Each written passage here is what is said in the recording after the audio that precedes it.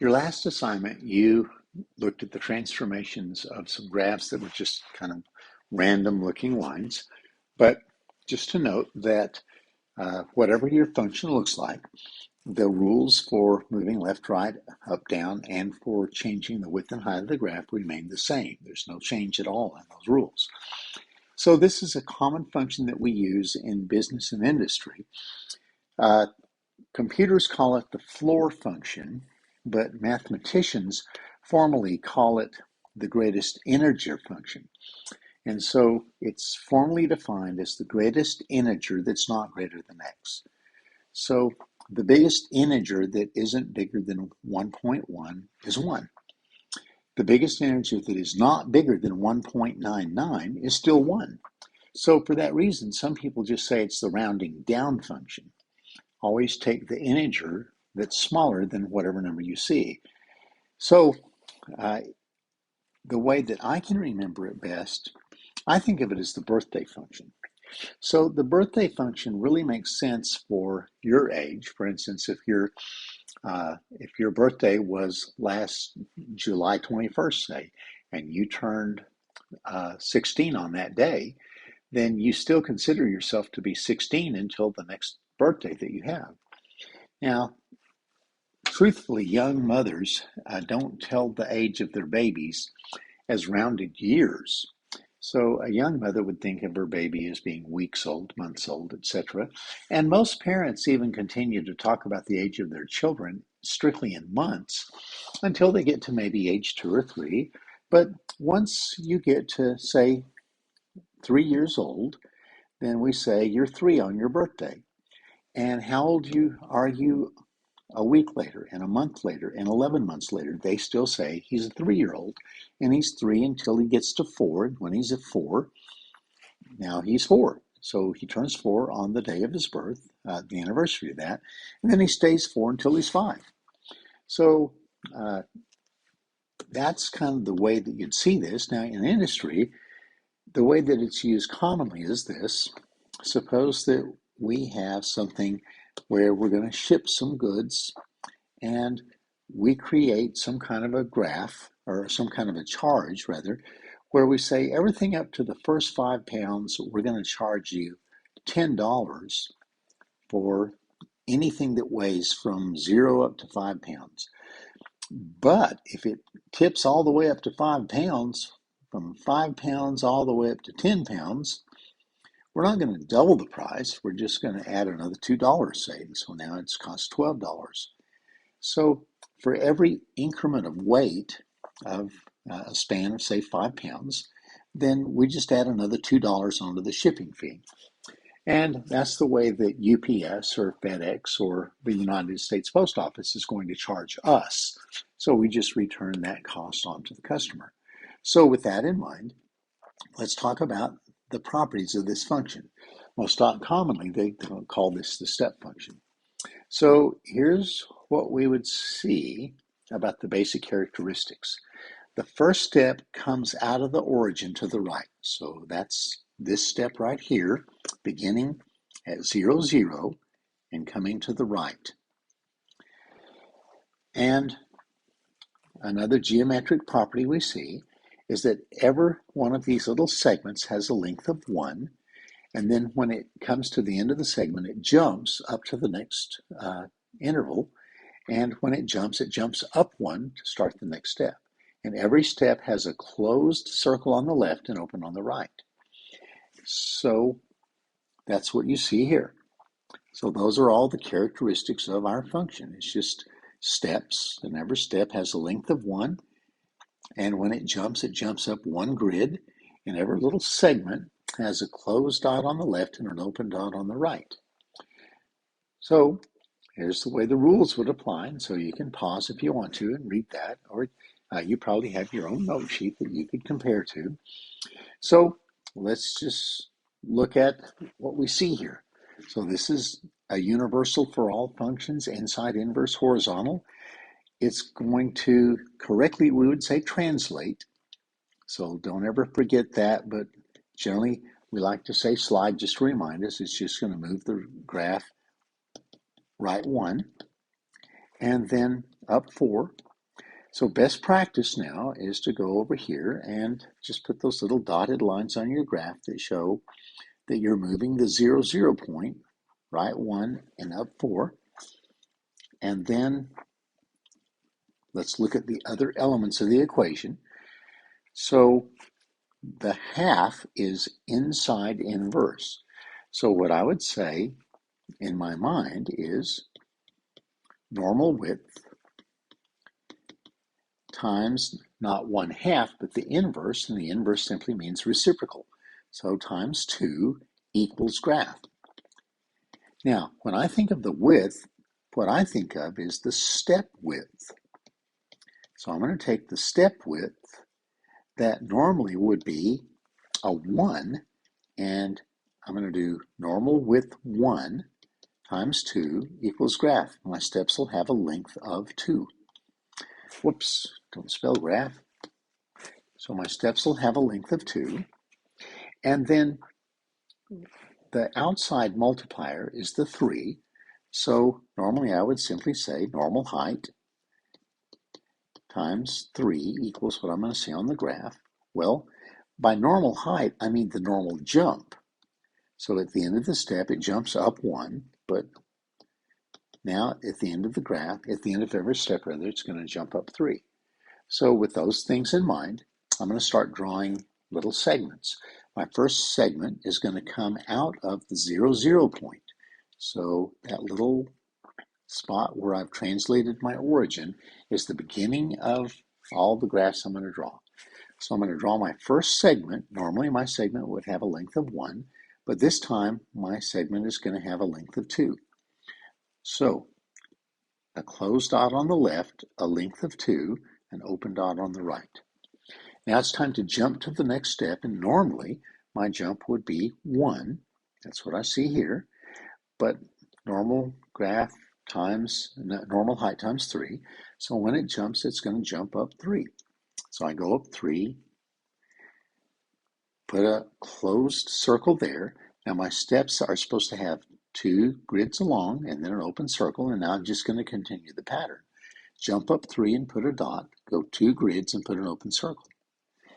Now let's go backwards. So my jumps are down 3 now, and as I go down 3 and draw my next segment, I have to be sure that I put the open circle on the right and the closed circle on the left, and then I'll continue to do that until I reach the edge of the available grids that I've been given. So every time I jump, my jump is a 3, and every time I draw the length of a step is always going to be 2 grids. You can tell that the next step would go off my graph, so I stop right there. A couple of ways I can demonstrate that, and one way is to pick a point on the graph and just follow it. So I'll do that one time, although typically you never do this with graphs, you just trust the concept, but it's always there. Remember, a graph is a plot of solutions, and solutions make true statements. So if I pick this point right here, that's an x value of 4 that's making a y value of a 7. So let's go over to the equation form and let's see what happens if I put in an x value of 4 and watch what happens. So supposedly I'm going to get a y value output of 7 if I put in an x value of 4. So here we go.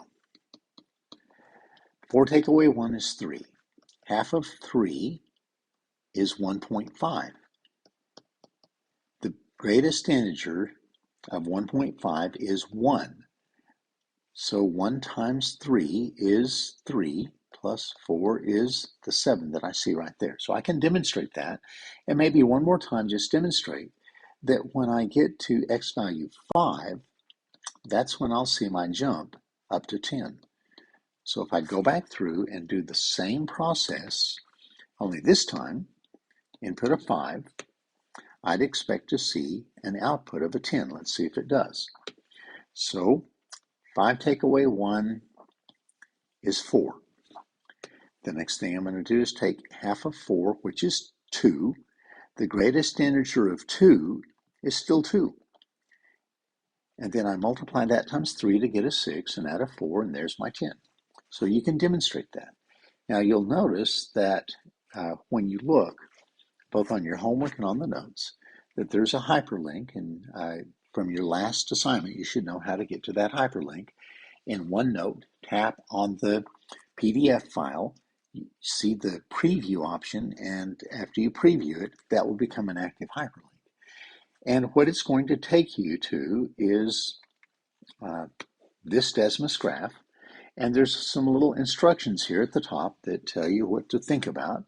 But when you actually are trying to do a problem like that, you should turn off the original parent function and activate the new graph, but not just the graph. You should turn on the transform points and the transformed axis also. And that A value, in our case, was a 3. And so if I change that to a 3, what you can see is that now my steps each have a jump of 3. My B value was a 1/2, and you can either type in a 1/2 or you can scale that to a 0.5, the decimal equivalent. My C value was, I don't know, I can't remember my C value. My C value, the number inside the function, was a -1, and my D value was a 4. So I'm going to do a C value of a 1 and a D value of a 4. And notice that when I do these, I've already programmed this so that you'll see that transformed axis, and you can see the same graph that is on the Desmos calculator as I've sketched over here. So there are 2 tricks that you have to watch out for, and this is true of all functions. That little function transformation rule only works when I see it in the form with a parenthesis and a multiplier in the function argument. Now, the true theory of the translation in the horizontal is what x value makes your argument work out to 0. So the true theory is this. Is there an x value that makes 1/3 x plus 2/3 work out to 0? Now, the first thing you should recognize is that we should multiply both sides of our equation by 3 to become x plus 2 is still equal to 0. 3 times 0 is still 0, and so x is equal to -2. So that's really what my left-right shift is. It's always, always, always the x value that makes your argument work out to 0. Now, best practice is to make sure that you have a parenthesis and that the parenthesis has a single value of x in it. And if there's a multiplier on your x, then put it outside the parenthesis, and now imagine distributive rule. Obviously, 1/3 times x is the 1/3 x I see above, but what does it take to do 1/3 times something to get a 2? And the answer is, to get a 2/3. And the answer should obviously be a 2. So you're thinking in your mind, top times top, bottom times bottom, 1/3 times 2 would be 2/3. Now, when I put my function into this form here, then I get to apply the customary rules for transformation. So here's my greatest integer function here. I still have the +5 and I still have the -2 multiplier. A minute ago, when I set my argument equal to 0, I cleared the fraction and had x plus 2 is equal to 0, and therefore obviously x is -2.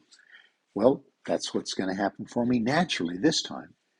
So I now see that the correct algebraic form is the one I wrote above there, so I won't copy it again.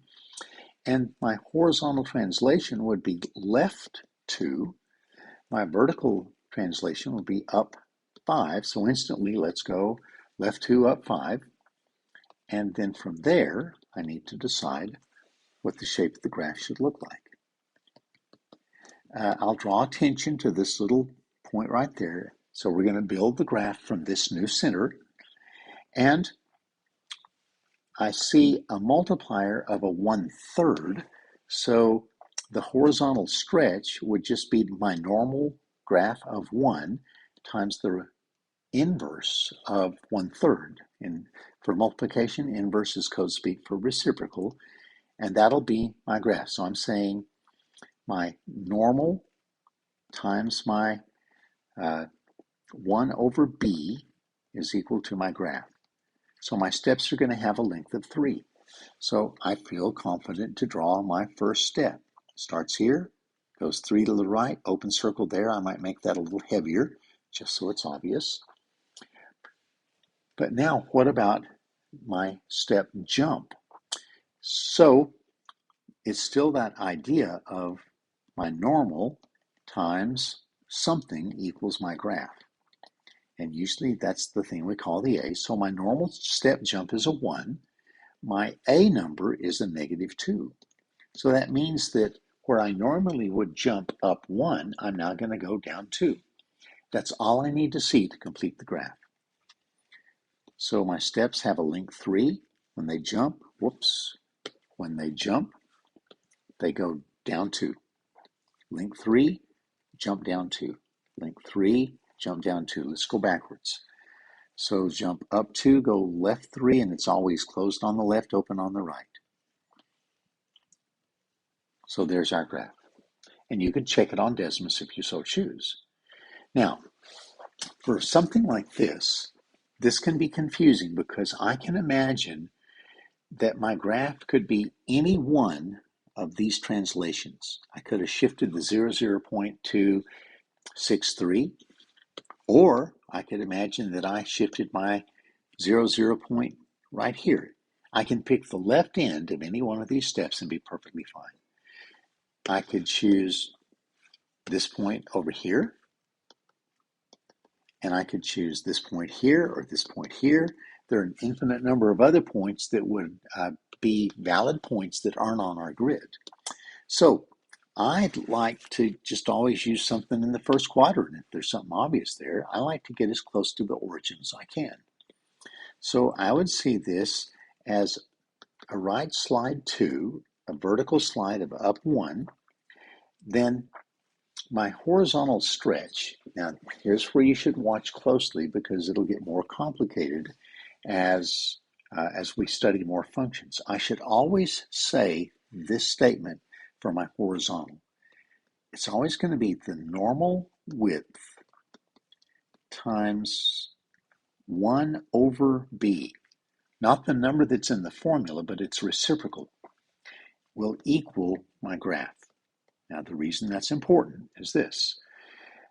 Normally, my steps have a width of 1, and I'm going to multiply that times 1 over b, and many of you would already know what our b multiplier is going to be just from the experience of the last couple of lessons, but equals the graph, and my graph has a step length of 4. Now I want you to notice something here. I have simply 1 time, so the 1 becomes unimportant. What are you supposed to do to solve an equation when there's a fraction in it? Well, you're supposed to clear the fraction by multiplying the denominator. When you do that, the b's cancel and I get 1 is equal to 4b. Therefore, b is equal to 1/4. And a lot of you have generalized that rule that you would know that that multiplier is going to be a 1/4. And then by the same token, I would say normal height times a. And notice that on the inside, I'm saying inside inverse. So for multiplication, inverse is code speak for reciprocal. That's why technically I said 1 over b. But outside direct, just multiply by what you see. So the normal height times a is equal to the graph. So normally I expect to see jumps of 1. But over here I see a jump of 2. So 1 times a is equal to 2. So obviously a is equal to 2. So here's my equation. Here's the way I would suggest always writing functions. First of all, start with a big function rule. So if it was a parabola, I'd put a big parenthesis squared. For a line, I just put a big open parenthesis. So for an integer function, I draw the symbols that create the shape I see, the steps. And then I put a single x in there. Now let's take it piece at a time. How do I make it go right 2? Inside inverse. How do I make it have a step length of 4? That's the 1/4 that's right there. How do I shift it up 1? That's the +1 that's right there. How do I make it jump up 2 units? And that's all I do there. So let's do one more and let's try to shortcut this one. So I could choose any one of those left-hand points. I think for this one, I might just choose this point right here. And that wouldn't require any left-right slide. It would just simply be a downslide of 3. So no horizontal slide, but go down 3. And then shortcutting, I know if the length of the steps is 3, the shortcut is that I'm going to have a 1/3 multiplier.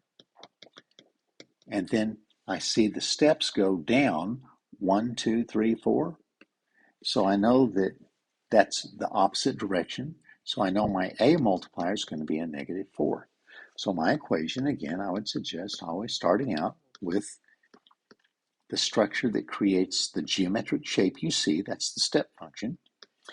And then I don't need to slide it left-right. So technically I could put a ±0 there.